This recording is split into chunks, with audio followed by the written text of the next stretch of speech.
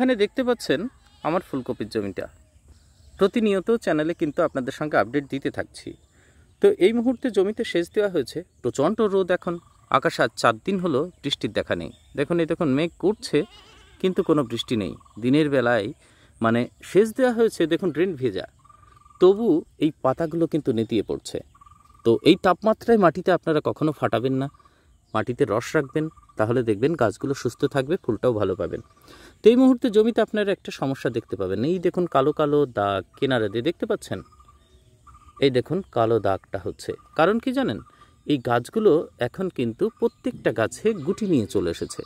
গাছে যখন গুটি আসে তখন প্রচুর পরিমাণে শক্তি দরকার হয় এবং খাবারের দরকার হয়। যে মাইক্রোনিউট্রিয়েন্টগুলো দরকার হয় তার ভিতরে সব থেকে প্রধান হচ্ছে আপনার মলিবডিনাম। এই পাতা পোড়ার জন্য দায়ী হচ্ছে মলিবডিনাম। আরেকটা হচ্ছে, সেটা হচ্ছে ম্যাগনেসিয়াম সালফেট। তো উপরে দুটোই আপনারা স্প্রে করতে পারেন।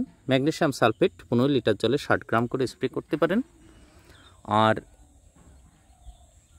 জমিতে ম্যাগনেসিয়াম সালফেট আপনারা ছেটাতে পারেন। আমি এই যে এখন ছেটাবো ম্যাগনেসিয়াম সালফেট, নিচে আছে 10-26।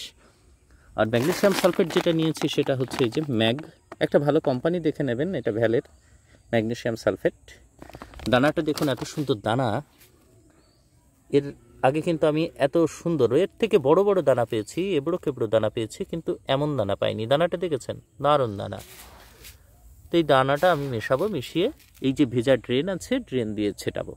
আর ওপরে স্প্রে করতে হবে। স্প্রে করার জন্য আপনারা ম্যাগনেসিয়াম সালফেট নেবেন হচ্ছে 60 গ্রাম, আর 6 থেকে 7 গ্রাম মলিবডিনাম, 6 থেকে 7 ml মলিবডিনাম যেটা লিকুইড পাওয়া যায় সেটা আপনারা জমিতে নেবেন এবং স্প্রে করে দেবেন। দেখবেন পাতায় ওই কিনারা পড়া, পাতার যে কিনারাটা সেই পোড়াটা দেখবেন অনেক কম থাকবে।